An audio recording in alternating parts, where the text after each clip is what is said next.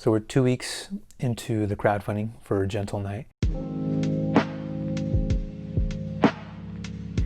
And a few months into the whole rehearsal process.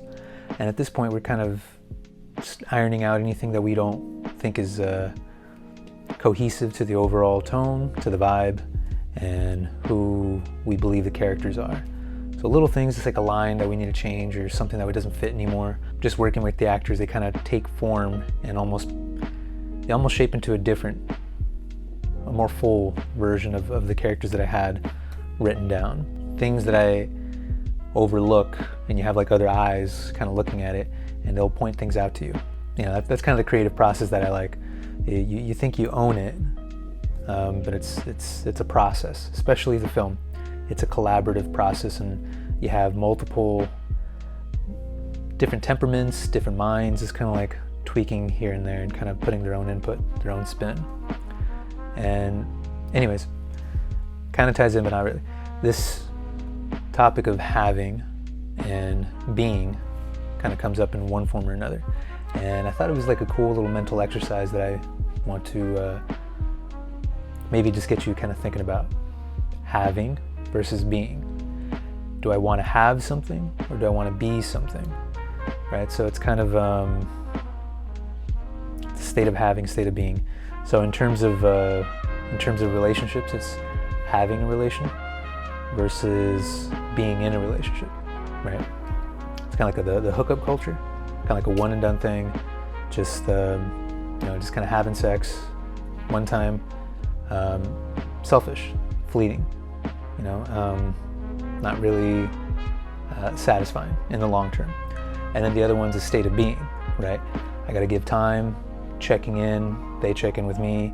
It's a mutual, you're doing little favors for each other, gifts if you're into that. But it's a part of your being. It's a part of your day, right? You're thinking of them. It's not a memory that you have to reconnect with.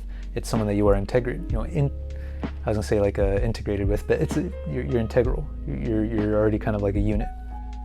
So yeah, having, being. In marketing, you're kind of sold by having a state of being, right? Think of the cars, right? So you have like maybe like a sporty off-road kind of vehicle. Think of the commercials that you see online or on TV, and the kind of lifestyle they're trying to imprint in your mind. Or a sports car or a luxury car.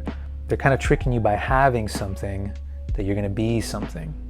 Apple, Nike, sportswear, anything like that. It's like, yeah, I'm going to be this by having that. When it's the doing, right? So something in fitness, like a sportswear or something like that, having that, right? Or wearing, something like that doesn't make you fit. It's being fit. I mean, good marketing is basically having that line be blurred, right? Nike, great ad. That's, like all their ads are great. They all look beautiful and they all make you feel something. Now, why do you feel that? It's because you're being engaged and you're thinking of your own being and what you want. It's like, yeah, you know what? I do want that. And you're more inclined to buy the shoes or be inspired in one form or another to give them something, right? In your day-to-day, maybe just kind of like think about, am I having or am I being? Am I doing or am I just thinking I already have it, right? In the creative space, I would always have this kind of like a pet peeve.